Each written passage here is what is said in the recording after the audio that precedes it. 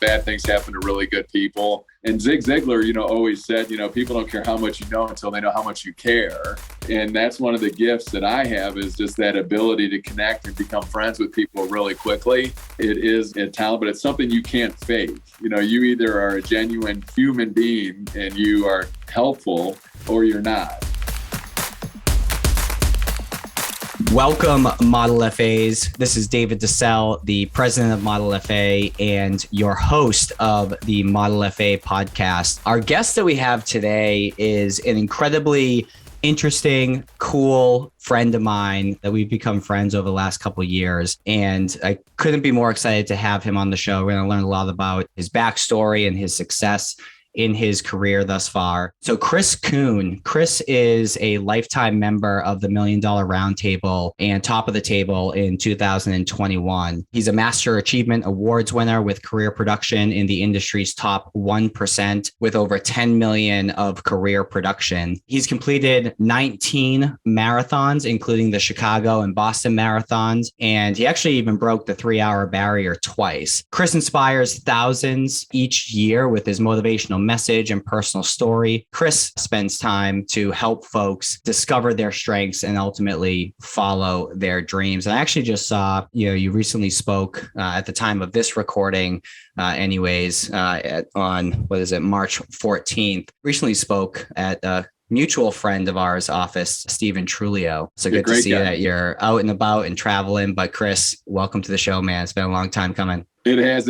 And thank you so much for having me. I'm really excited. And I thank you for all the work that you do and all the great, information and mindset stuff that you bring to the table for all of us in our industry. It's awesome. Appreciate it. So before we get into your backstory, I actually wasn't planning on bringing this up, but as I was reading your bio and remembering kind of how we got connected, I'd love to hear it from your perspective. So oftentimes I'll share with advisors the power of personal branding and connecting on social media. And that's really how we kind of forged our relationship, is through social. And before that, we didn't really know each other personally. And now I would consider you a friend. If I saw you in person, I'd give you a big hug, not a handshake. And obviously here we are in the podcast. So I'd love to hear from your perspective. When we had first connected, I think it was through Instagram. What was that process like? This random guy, being me, started hitting you up. Like, I'd love to hear from your perspective. Yeah, I think, one of the things, we did meet on Instagram, and I think too, it was through Ben, Ben Newman, and was a connection. And I've got great respect, obviously, for Ben, and saw him when he came in the business. And then you had reached out to me, and that's the power of relationships, right? So I knew that, you mentioned somebody who I respect the tar out of. And so I wanted to connect with you. And then your energy and excitement, when we actually got on the phone together, and how big you were thinking about what you wanted to build and the spaces you wanted to run in, and your thought process, and, energy is contagious. And I just really took a liking to you immediately. And I think that is one of my gifts, is I just have the ability to connect with people quickly. And you and I just definitely connected fast. Love it. And then also to add, you were both fans and, friends from afar with Andy Frisella, and he had this 75 hard program that you were doing. And literally I was just chirping at you every day, for 75 straight. That's right. I forgot all about that. Yes, that was huge, man. In fact, you and I didn't even know each other, and you had made a commitment to me, to somebody you didn't even know. It talks about how big your heart is, and my journey in my 75 days, every single day through that time, you connected with me on a daily basis, and it became something that I looked forward to, and it was extremely helpful. It was cool. So let's go through some of your backstory. So you've been in the industry quite a bit, or for quite a long time, I should say. But I know, and we'll get into some of the professional stuff, and I know you're open about this. So I'm curious to hear kind of what this journey is like. But there's really, I guess, 3 main hurdles that you've needed to work through, not just, in your career, but within your life. And, perhaps there's more, but the 3 that I know about: 1 is your sobriety journey. 2 is dyslexia, and 3 is ADHD. Now, I know you personally, so I know the level of success that you've been able to forge for yourself, your family, your teammates, and obviously your clients as well. But those are 3 big things that people could have easily used as excuses to not have the level of success that you've had. And you've sort of woven that into your personal story and use those as motivators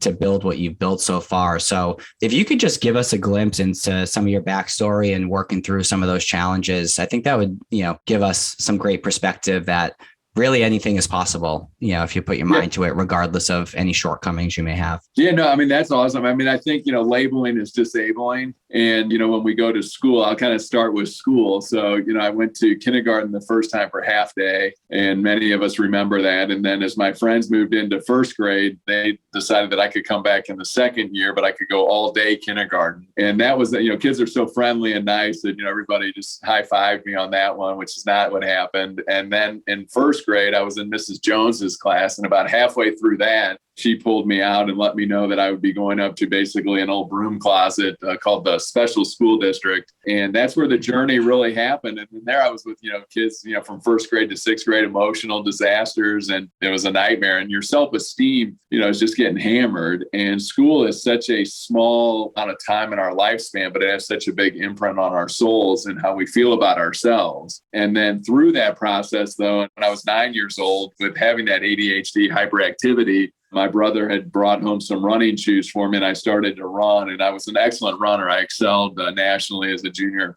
athlete in AAU, Junior Olympics, set records, and really found what it was like to win the glory. And it really built up my self-esteem for me from that perspective. It was almost like Forrest Gump, run, Forrest, run. It was like I was rocking. And school, and then I went to a boarding school up in Connecticut that was, focused for kids with learning differences and everything. But along the journey, alcoholism and everything had run in my family, and my parents were divorced when I was like 5 years old. And my dad really battled, substance abuse for many, many years. And, so I had gotten into, drinking and doing other things, at a young age. And actually found myself, at 21, living in Jacksonville, Florida, working on golf course maintenance at the TPC. And I was really at that point, where the road less traveled, and I could go, to the right. And if I went that way, you and I definitely wouldn't be speaking today, and nobody would ever know who Chris Koon was. And I would have definitely, died many, many, many moons ago. Or I could have gone to the left, which was the road that not many travel, and decided to really change my life one day at a time. And whenever I worked on that golf course too, and it's not to take away golf course maintenance, but when the members would come up to the tee box, you always had to quiet the machines. And I remember I would see them come up on the tee box, and they were, dressed to the nines and their beautiful watches and everything. And I thought to myself, that's attractive to me. That's the life that I wanted to have. And my grandfather had been amazingly successful. And I went to boarding schools. I know the trappings of what success looked like. And at 21, when I changed my life, and called my grandmother with no insurance or anything, and put myself into a program, and they said, 1 and 2 of you will make it out of 36 or something. I owned the chair and changed my life that day. And, that's been November 23rd, 1990. So I've been blessed for a long time. And then that's what really helped transform me, though, when I got into this business, the Granum system and how we build financial services. And if I could follow a system that saved my life, for God's sakes, I could easily follow one that would help me live a life that I never dreamed possible, an unlimited opportunity with no guarantees. Well, your sobriety journey has been as long since you said 1990, just a little friendly jab. Your sobriety journey has been as long as I have been on this earth, Chris. That's pretty wild. That's awesome. That is incredible, man. That's so cool to think, that's just awesome. So I do want to unpack a little bit, through childhood. So you had certain things that you were dealing with that could have easily crushed your self-esteem for the long term. And perhaps it was running, perhaps even with some of your folks, shortcomings. You mentioned your father with substance abuse as well. Perhaps they were still good influences on you. Perhaps there was a teacher. Perhaps there was a mentor.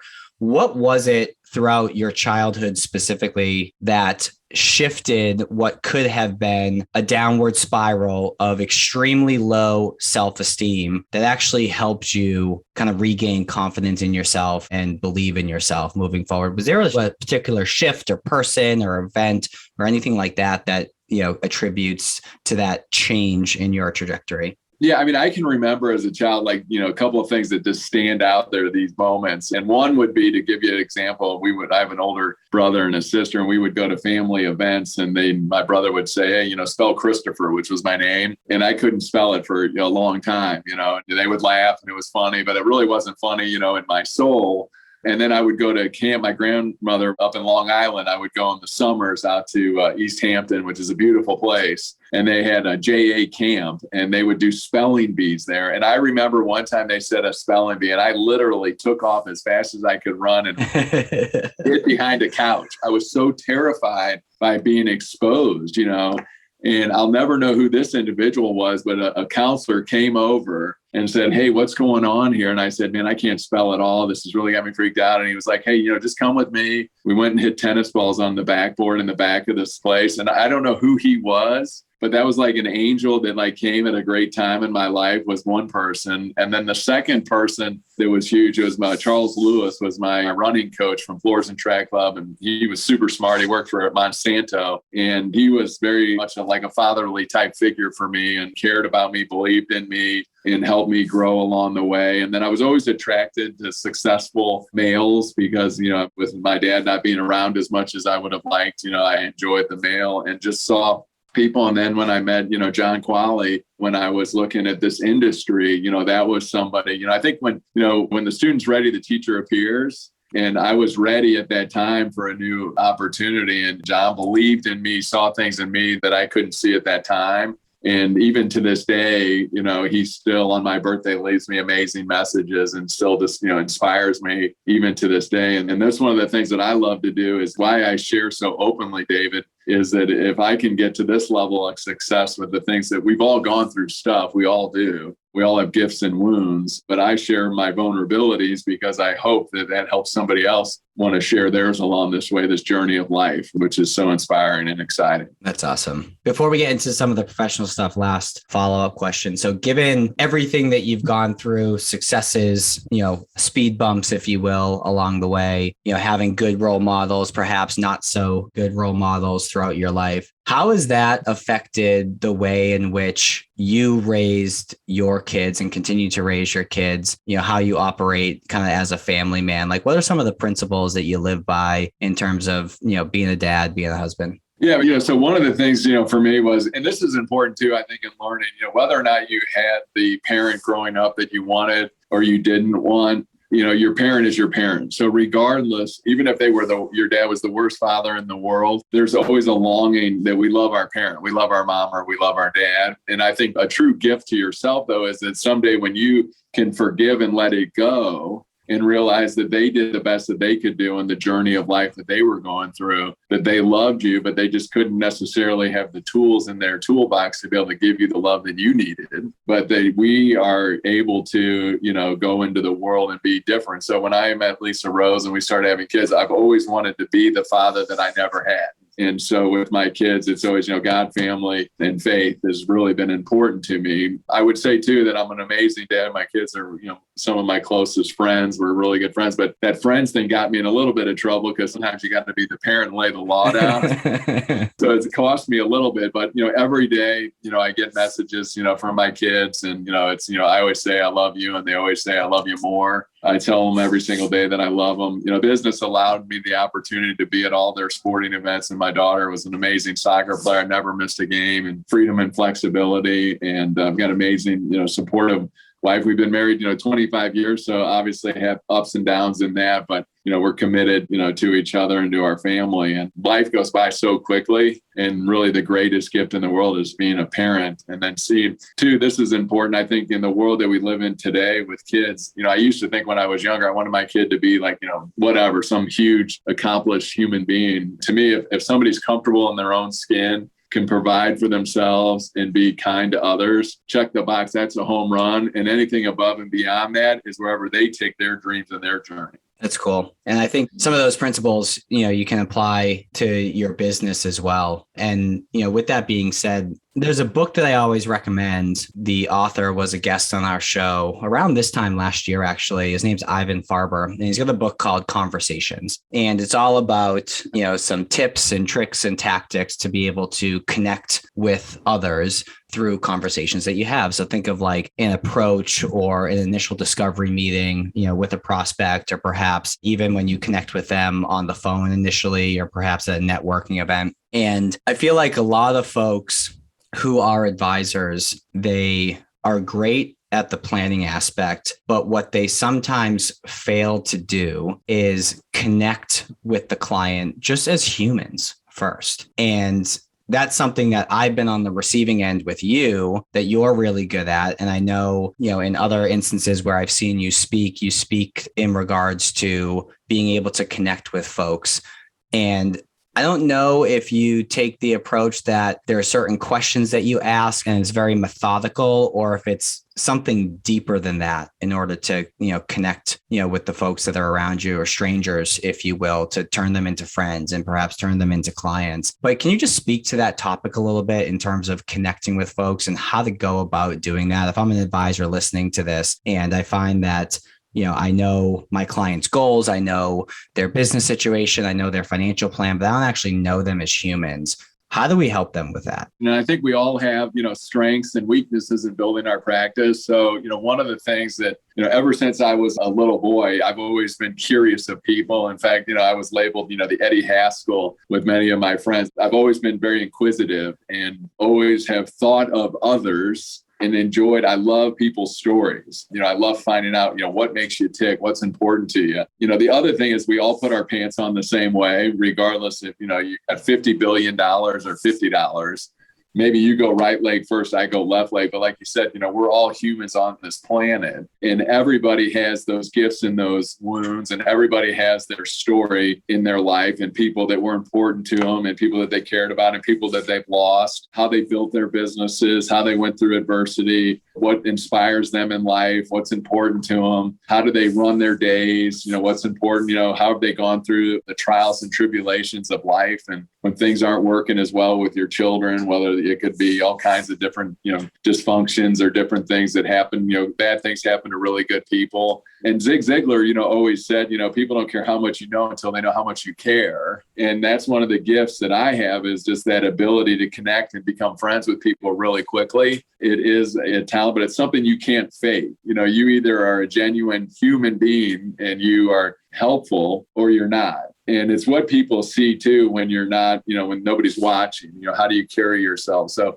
things that I enjoy doing is just, just smiling to people as I go by at my day, whoever comes by, hold the door open for somebody, help an elderly person empty their groceries in their grocery cart, maybe buy some groceries for somebody, or buy a cup of coffee, or pay it forward. Just do really nice things. And then just connect with people. I mean, I had a funny story, but there was a prospect I was calling this guy for years, and he took over for one of my best clients, and I knew that he was super successful. And Rob was his first name. Well, I do OTF now, Orange Theory, 6 days a week is kind of my thing. I love it. It's an hour. And anyway, so I'm rowing on the rower, and I look up in the corner, David, and I see Rob, and I'm thinking, man, this is the dude, man. He's like 2 rowers down from me. And I've been calling on him for years, man. I jumped off the rower as fast as I could. I went over, I'm like, Rob, man, Chris Koon, I can't believe it's you. He's like, oh my God, yeah. And I said, I've been calling on you for years. I said, I know we're working out, but is it all right if I follow up with you on Monday? And can I get on your calendar? I just want to meet with you. And he was like, no problem. I mean, bam. I mean, you got to ask for the meeting too. And then the last thing is I think, it's the questions. I used to think, when you're a young advisor, you talk too much. And I think the more you can listen and just ask great questions and generally listen, that's the gift, And I love, when you're talking to people, especially if they've lost somebody that they loved, whether that was their mom, their dad, their brother, whatever, is to be able to, to go deep with that question and find out, you lost your dad. What were the favorite characteristics about your father that you loved the most? How have you been able to deal since you've lost him? How do you keep his name alive and well in your mind? And those are things that are endearing to people. And then they can pick up that you generally care. And when that happens, I mean, the rest is the rest can just be whatever happens, from that perspective. But I just love connecting, and I love being with successful people. I mean, it just gets more exciting. I'm not saying that boring people aren't exciting, but I mean, the more successful somebody is, I just get geeked up when I'm around them because their energy and the way that they think and do things is just so different and so big, and it's just contagious. Well, I can feel how genuinely curious you are and how much you care. And anytime you and I connect via social or, other mediums, you're always genuinely curious as to what's going on in my life. And I can say firsthand through that process that it makes me feel really good. Like, before we started recording, you asked about how my girlfriend and I were doing, and you were like, it seems like it's going really well, but tell me more. And I shared with you a very intimate story about when we first, when her and I first met. And it's really cool that a simple question like that prompts me to want to talk about a particular topic. So I can see how, as you're in client meetings, one simple question gives them an opportunity to spill all the beans, so to speak. And it really helps you get to know them really well, really quickly. But it starts with that genuine, as you mentioned, you can't fake it, that genuine curiosity. And quite frankly, given a what, and not just doing it to check the box like a lot of people do. Well, I'll give you one last funny one because you asked, I saw this guy get out of this killer car, and I love cars. It's just a thing since I was a kid. And my dad loved cars too. So it's funny, that we pick up these traits from our parents, but he got out of a beautiful car. I started talking to him. Next thing you know, I said, hey, we ought to go to breakfast sometimes. We go to breakfast. He's a business owner. And at breakfast, like 2 weeks in, he's like, I like you. He goes, what do you do? He goes, I want to do some business with you. So he ended up doing business with me with his kids and grandkids. And I told him, I said, look, the purpose of getting together with you with breakfast wasn't to tell you what I do. I just really like your car and I like you. He goes, no, I get that. But when I like people, I want to do things with them. And we become one of the closest this year. He's one of my closest friends now. We do breakfast every 2 weeks. And it literally happened because he got out of a badass car and I was able to run over and just start a conversation. That's cool. I obviously have to ask, what kind of car? It was the AMG G-Wagon, the big one. Nice. With the red leather interior and just like this killer, like gray color. It was really hot. The doors open and the red interior just pops. So I see. Yes. Now, you've been in the industry for quite a while now. Was it? 31 years? Like 27 years. 27 years? Okay. So 27 years. And you've been able to see kind of two sides of the industry. One is perhaps could be considered more transactional, where you're slinging certain products and services.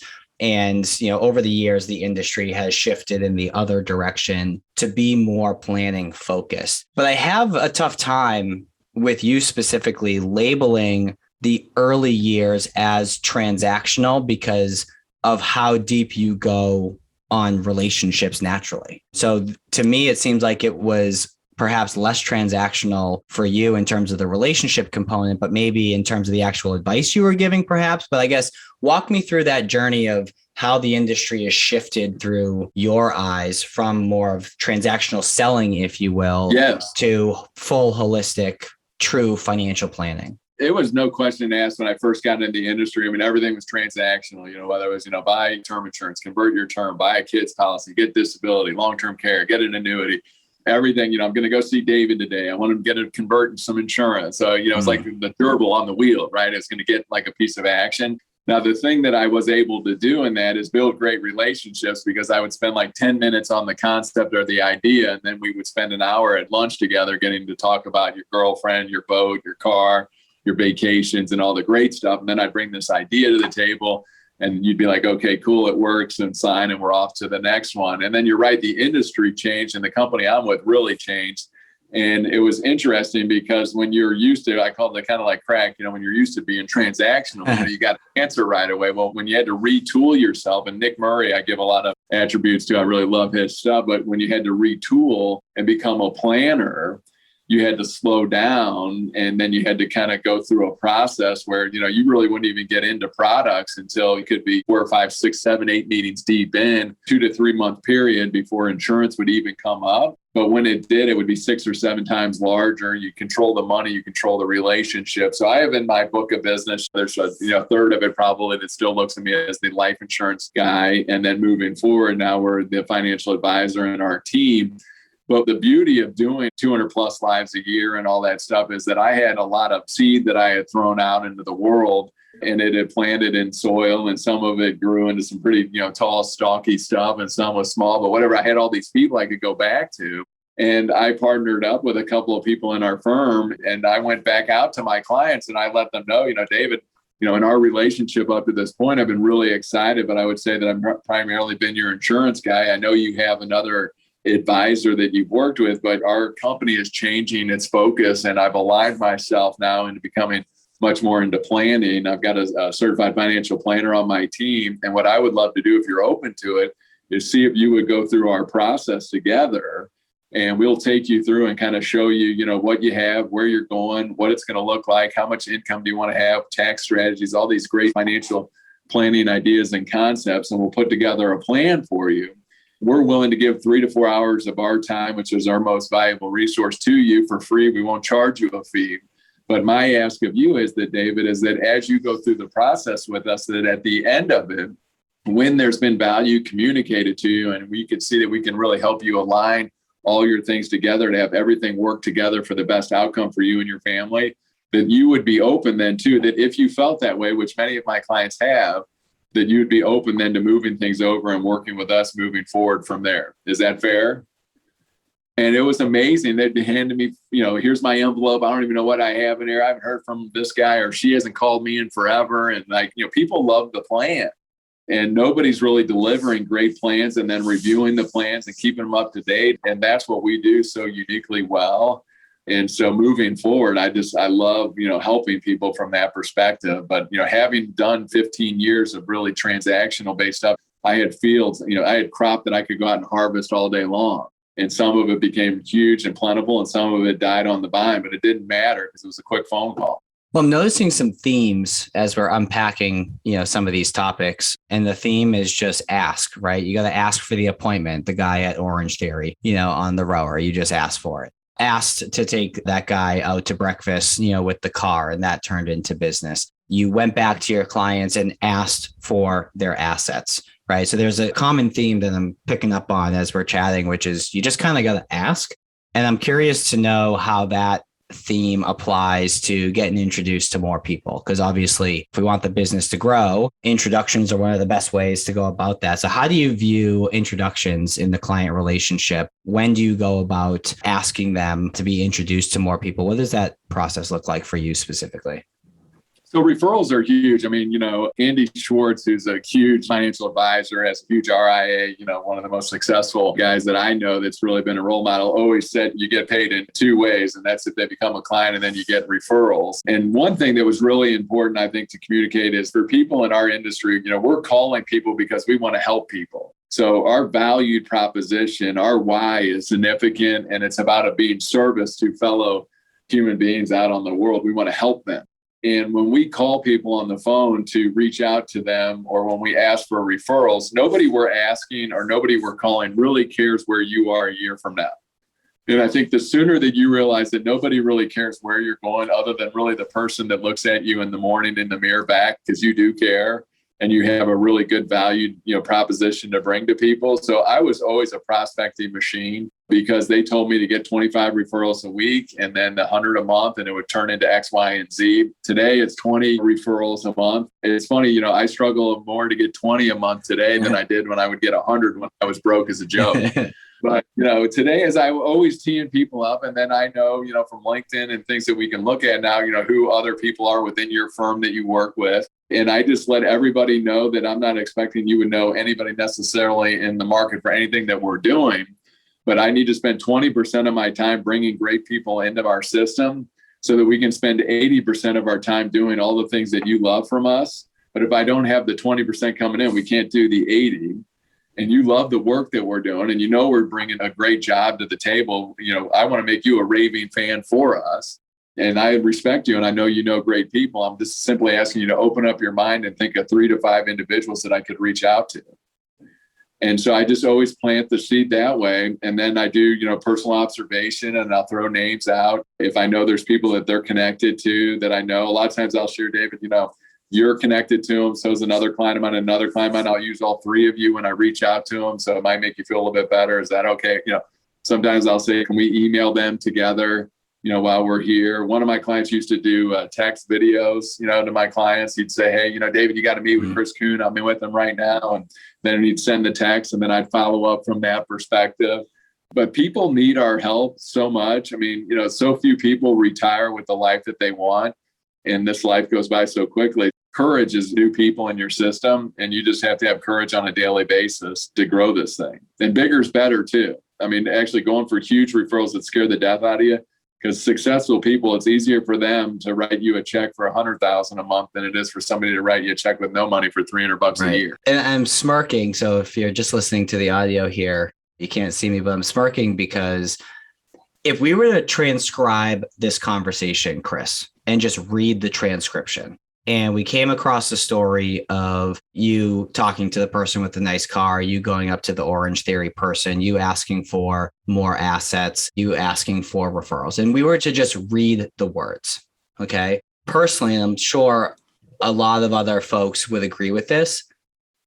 It can read very salesy. But what's interesting is when you actually hear your tone and can feel the passion that you have, like that's contagious. And I would find myself just doing whatever you wanted me to do because it's infectious. It's just so interesting to me to think about what it would be like to actually read what you're saying versus what it's like to hear what you're saying. And so my question becomes, where does this passion come from? Is it manufactured to where you've had to kind of trick yourself into being passionate? Is it something deeper than that? Is there a life event that occurred? Like, what is it that keeps you going, working so hard on a daily basis? Because I feel like there's a lot of advisors that I've come across that can say the same things that you just said, but it's interpreted totally differently. And I don't get that from you. I want to help you in whatever it is that you want to do, and I don't know why. So what is it that you kind of can give some credit and some insight to how you've developed that in yourself? So I think what you're saying is that you feel that I'm genuine even with sales ideas. Yes. You can feel my heart that I'm in the right place. And, it's funny, within sales or whatever you want to call it, I mean, at the end of the day, everybody's marketing or consulting or selling somebody on something, right? We may not want to use the word he's so salesy, but I think what's important and where the passion comes for me is I know what it was like to be dead broke. I know what it was like to get plasma in college. I know what it was like to not have any money. And then I've been able to taste what it's like to have some dollars in the bank and to be able to go do some other things. And I've really found that I prefer to have the life where I can go do and have great experiences and help have an impact. And two is that life is so fragile and so short. And we're really not here as long as we think we are. And so the journey just from being in this business and personal development and growth and going to roundtable meetings and hearing people doing amazing, exceptional things has always inspired me. I love to see people that have just done huge things and gone through difficulties, and yet they still come through it. They're still happy. They're still joyous. So for me, when I got to that first $1 Million Roundtable meeting, Keith Harold was there, and God rest his soul, he died, but he was an IBM salesman and a great guy. And he was talking about, when people ask him how he's doing, he's like, I'm super fantastic. And if I was a dog, I'd be wagging my tail. And yet I was there, with like 2% of people in the world. And I told you my history, of coming in and doing kindergarten, and all of a sudden I'm in the industry and I'm with the best of the best. And it was the passion for life they've had. And, I just feel that that's a gift that God's given me, but I really do reflect it. What's important today is the present, what you and I have right now. And there's more runway behind me than there is in front of me today. So I really choose to live each day, and not every day is wonderful. And I have my challenges and my setbacks and everything. But, at the end of the day, I can breathe. I'm healthy. I work out. I've got money. I've got a roof over my head. I got a great family. So I have so many blessings that I'm so thankful for. And I just want to tap into other people and help them realize that they too can have that for themselves if they're willing to do the work. So I'm just inspired to inspire other people to live their best life for themselves, whatever that is too. And I just get great joy out of connecting with people. In my Orange Theory, we have our little OTF family. It's funny. It's a guy that owns a super successful restaurant, his daughter, because they work out together every day. It's my next door neighbor, Katie, and my buddy Tim and myself. And we group text and everything. My birthday was last on the 7th. And they literally gave me a gift certificate, which was one of the most thoughtful. I just couldn't even believe that they did that. And it just made me feel so good. And Michael said, and John always says, he said, well, you're a force for good. You bring so much to all of us that we just wanted to give this to you. And I do those things because people before me helped me see the road. I just appreciate, living in the United States of America, especially with what's going on today. And there's a lot of mental health out there, people that have been struggling within this pandemic. I think of you and I that, we're students of taking care of ourselves, of getting better every day. We were kind of equipped to go through the last really 3 years. Think of people that had no tools in their toolbox and what they went through. So I feel like I just want to be a force for good out there, a light, maybe a beacon. I just enjoy traveling on the earth and meeting with the people that I meet with and hopefully inspiring them. Does that answer your question? I know I got a little sideways there. It answered my question and made me think of something. Have you come across Dave Meltzer on social? No. So Dave Meltzer, he was actually on our podcast about a year or so ago. And he's a very successful businessman, influencer type on social media. I actually did some coaching with him for a little bit. He was my coach when I kind of first branched off from being an advisor to a consultant. And he speaks to a couple different things. And I'm curious to know specifically what you do for these. But he's big on when shit hits the fan, whenever we deal with the things that life throws at us, being good at two main things. One is centering yourself, and two is being grateful. And within what you just said, it seems as if you do a good job either intentionally, consciously, or subconsciously in keeping yourself in center while remaining grateful along the way for the things that you do have. How do you specifically do that? Is it subconscious? Is it conscious? What are some of the tools you use, if any? It's kind of like Atomic Habits, the book. Every day, I have my structure. I like structure and how I start my day and how I go through my day. Definitely an attitude of gratitude. I always encourage people to have a gratitude list just to start out those days. I would tell you being, 53 now, one of the things I think life gives you experience and wisdom. And what I've learned in stressful moments is just breathing techniques, just to stop. Robin Sharma is a good example of, a guy that teaches you deep breaths in and let it go out. I go, 5, 4, 3, 2, 1, 5, 4, 3, 2, 1. It kind of resets our brain, how something's stressing us out. I reach out to a great friend. I like to pick up the phone and a problem shared is half a problem. So in the days that I'm feeling anxious or my day isn't quite where I like it to be, I'll reach out to a great friend and check in and see how you're doing, what's going on. Then, I'm out of my brain. This is a bad neighborhood to hang out in by yourself. And then I just sometimes look at pictures in my office of things. And then I just know that this too shall pass. God's got a big plan for me. And I just lean into those days when I'm not feeling like wonderful. I know that this will pass too. I'm just so thankful. People now my age, I see them falling off, the reservation. And to me, working out is such an important component to this whole thing. It's like, why would we want to accomplish all this stuff financially and then not have the body to go out and travel and do and be and experience? It makes no sense to me. Well, it's cool to see. I say this humbly, but it's cool to see that someone that I look up to is saying and doing all the things that I've discovered over the last few years in terms of structure and consistency and fail safes to get you back in a good mood when you're in a bad mood. And it's cool to see that if I keep doing the things that I'm doing that you just kind of listed out, it increases the likelihood that I'll get to where you are now. And what's cool is that you don't need to have incredible success to do any of those things. You just need to be intentional with doing those things. It's kind of confirmation that personally I'm on the right path, as well as a lot of other people in my life that do similar things. So thanks for confirming that and reaffirming that, so to speak. And I would tell you too, with all the good that you're doing and all the time that you take to do your podcast and interview and talk to people like myself, that exponentially, like your compound growth, to me, your habits are like the compound growth to your future. And you either got great credit lines and you're moving forward, or you got bad credit and you got really good credit. And so you're going to be so far beyond even what's possible because you're taking in so much great information with such a good heart and an open mind. You're going to be lights out and then some. Appreciate that. So we could talk all day, but I know we're both busy, so I want to start wrapping up here. So if this happens to be your first episode that you're listening to, one thing that we do is we ask all of our guests what one of their favorite books is. And the whole purpose is to distill a reading list. If I can encourage you to pick up a book or download an Audible and sharpen the saw, I want to do that. And Chris, the book that you had identified, which I actually haven't heard of before. So I'm very curious to hear why you chose this and the impact that it's had on your life. It's called Rhinoceros Success. Tell me more about that.